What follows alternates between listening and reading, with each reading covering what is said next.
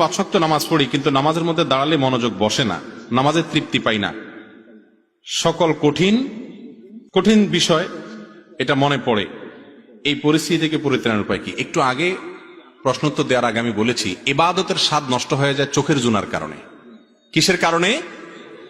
আমি আপনাদেরকে আল্লাহর উপরে ভরসা করে বলছি, যদি কেউ ইবাদতের স্বাদ পান না এই অভিযোগ করেন, আপনি টানা 10 দিন 20 দিন এই চোখ দিয়ে হারাম কোনো পর্নার দিকে তাকাবেন না, কোনো মিউজিক কোনো গান শুনবেন না, মোবাইলেও না, মোবাইলের বাইরেও না, টেলিভিশনেও না, কোনো দিকেই না। রাস্তা চলবেন, নিজেকে নিয়ন্ত্রণ করবেন, নজর পড়ে গেছে সাথে সাথে নিজেকে শাসন করবেন, ভৎসনা করবেন, আল্লাহর কাছে মাপ চাইবেন, এরপরে আরো সাবধান হয়ে চলবেন। এভাবে 10-15 দিন যদি চোখের জেনা থেকে আপনাকে বাঁচাতে পারেন নিজেকে, ইনশাআল্লাহ আপনি ইবাদতের স্বাদ পাবেন।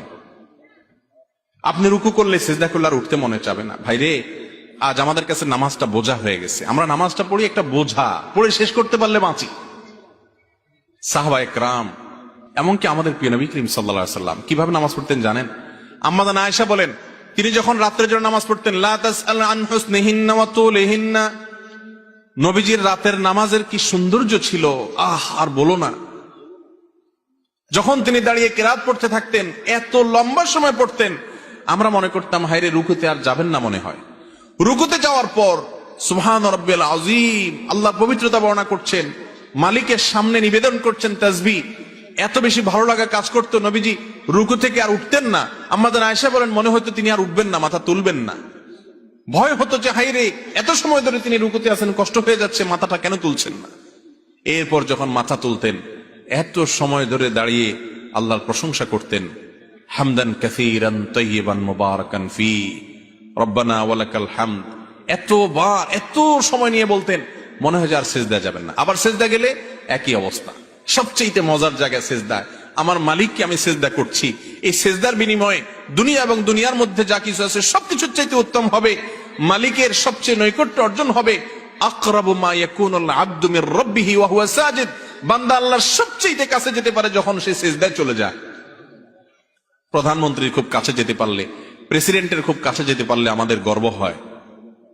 দুনিয়ার প্রধানমন্ত্রী, দুনিয়ার প্রেসিডেন্ট, দুনিয়ার রাজা, দুনিয়ার সমস্ত মানুষের মালিক যিনি, বাদশাহ যিনি, রব যিনি, সবাই যার গোলাম সৃষ্টি, সেই মালিকের সবচেয়ে কাছে যেতে পারে মানুষ যখন সিজদায় চলে যায়। আপনি যদি মনে করেন আমি সিজদায় আছি, আমার রবের সবচেয়ে কাছে আছি, একবারে সামনাসামনি রবকে পেয়ে আমি নিবেদন করছি সুবহান রাব্বিয়াল আলা, ও আমার মহান প্রভু মালিক, আপনি পবিত্র, আপনার পবিত্রতা আমি বর্ণনা করছি, ভালো লাগা কাজ করবে। নবীজি সাল্লাল্লাহু আলাইহি ওয়াসাল্লাম লম্বা সময় সিজদা করতেন, উঠতে চাইতেন না। আর আমাদের অবস্থা হলো নামাজ তাড়াতাড়ি করে শেষ করতে পারলে বাঁচি। নামাজের পরে যদি বৃষ্টি হয় তো মসজিদের দুয়ারে এসে সবাই এমন ভাবে একত্র হয়, মনে হয় জেলখানায় আছে, বাইরে হওয়ার জন্য সবাই পাগল হয়ে গেছে। ঠিক না ভাই? ঠিক ভাইরা আমার, এই ইবাদতের স্বাদ নষ্ট হয় যে কাজগুলোর মাধ্যমে, তার মধ্যে অন্যতম একটা কাজ হলো চোখের গুনাহ, যেটা আজ ব্যাপক হয়ে গেছে। এই জন্য ইবাদতের স্বাদ নাই। আল্লাহ আমাদেরকে চোখের জেনা থেকে বেঁচে থাকার তৌফিক দান করুন।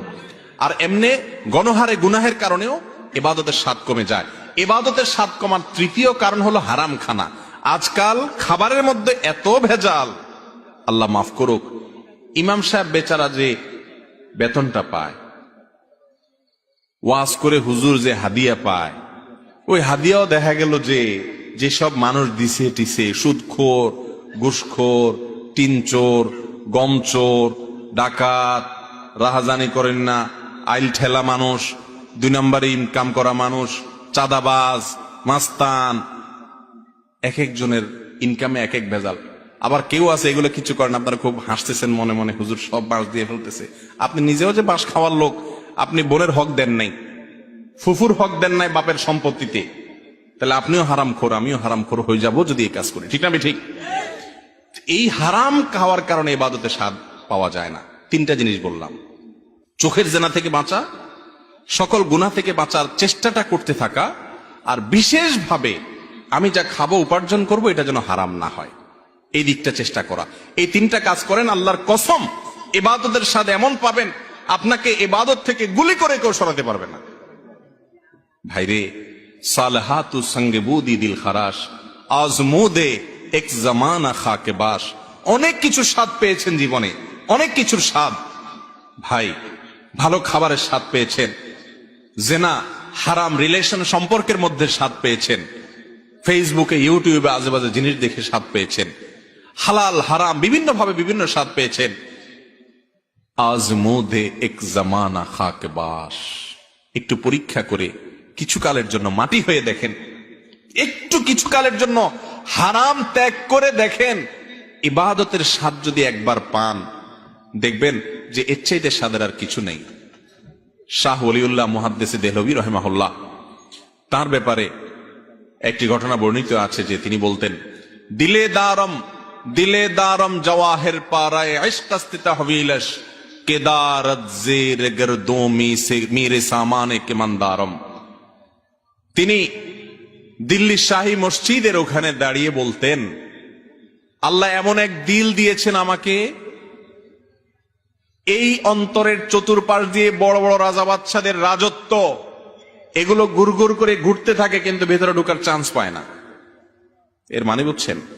মনে করেন একজন আপনার বাড়ির পাশে 2 নম্বর টাকা দিয়ে আঙ্গুল ফেলে কলা গাছ হয়ে গেছে, আছে না? না এরকম আপনার বাপেও খোঁচায়, মায়েও খোঁচায়, আপনার নিজের কাছেও খারাপ লাগে যে আমি কি করলাম। হ্যাঁ, আরেকজন হারাম রিলেশন করে 2-4টা সম্পর্ক করে ফেলছে, আপনার কোনো হারাম রিলেশন না, আপনি মনে করতেছেন হারে আমি দুনিয়ার এই ভোগ উপভোগ থেকে নিজেকে দূরে সরিয়ে রাখলাম। তো তিনি বলেছেন আমার অন্তরে এগুলার লোভ, মোহ, পদ, টাকা পয়সা, অমুকে রাজনীতি করতে করতে বিশাল নেতা হয়ে গেছে, এখন তার দেখে কে আর পয়সা ক্ষমতা, কিন্তু আমি তো সেই জায়গায় পড়ে থাকলাম। মনের মধ্যে এগুলা ঢুকতে চেষ্টা করে, এগুলার বড়ত্ব মনের ভিতরে ঢুকলে তখন আস্তে আস্তে সেগুলো করতে মনে চায়। তো তিনি বলেছেন এগুলো সব আমার মনের চতুর্পাশ দিয়ে ঢুকে কিন্তু ঢুকতে পারে না, কারণ কেদারত জের গরদোমি রেসামানে কামান ধারম। ও দুনিয়ার বাদশারা, ও মোগল সম্রাটেরা, আমি যে অন্তর রাখি, এই অন্তরে আল্লাহর ইবাদত করে যেই পরিমাণ নিজেকে ধনী মনে হয়, তোমাদের কাছে যত কিছু আছে এগুলো সব আমার কাছে তুচ্ছ মনে হয়, এগুলোর কোনো মূল্য আমার কাছে নাই, তোমরা এগুলোকে অনেক বড় কিছু মনে করতে পারো। মুসলমানের নজর হবে সেরকম, এগুলো কল্পকাহিনী মনে হবে। এক সময় আল্লাহর নেককার বান্দারা পৃথিবীতে যারা ছিলেন তাদের কাছে এগুলোই মনে হতো। সাহাবা একরাম, বড় বড় সম্রাটদের মাথার উপরের মুকুট স্বর্ণ দিয়ে তৈরি, মসজিদে নববীর সামনে এনে রাখা হয়েছে। সাহাবা একরাম রিদওয়ানুল্লাহি তাআলা আলাইহিম আজমাইন ইবাদতের স্বাদ পাওয়ার আগে, ইসলাম গ্রহণ করার আগে, যারা একটু ওটের পানি পান করানোকে কেন্দ্র করে শতাব্দীকে শতাব্দী যুগ যুগ ধরে যুদ্ধ করে বেড়াতো, তুচ্ছ জিনিসের জন্য লড়াই করত, সেই মানুষগুলো ওই মুকুটকে, সম্রাটের সেই সোনাখচিত মুকুটকে পাও দিয়া উষ্ঠা মারে লাথি মারতে মারতে চলে যায়। এগুলো তাদের অন্তরে প্রবেশ করতে পারে না, এগুলো তাদেরকে কোনো অবস্থাতে দুর্বল করতে পারে না। ও ভাই, ইবাদতের স্বাদ যদি একবার পেয়ে যান, আল্লাহর কসম পৃথিবীর সব কিছু আপনার কাছে তুচ্ছ হবে, সৎ সততা নীতি আদর্শ আপনার কাছে বড় হবে। আল্লাহ আমাদেরকে ইবাদতের স্বাদ পাওয়ার তৌফিক দান করুন। তাহলে 3 কাজ করতে হবে, চোখের জেনা থেকে বাঁচতে হবে, সকল গুনাহ থেকে বাঁচার বিশেষ চেষ্টা থাকতে হবে, আর হারাম খানা থেকে বাঁচার চেষ্টা করতে হবে। আল্লাহ আমাদের তৌফিক দান করুন।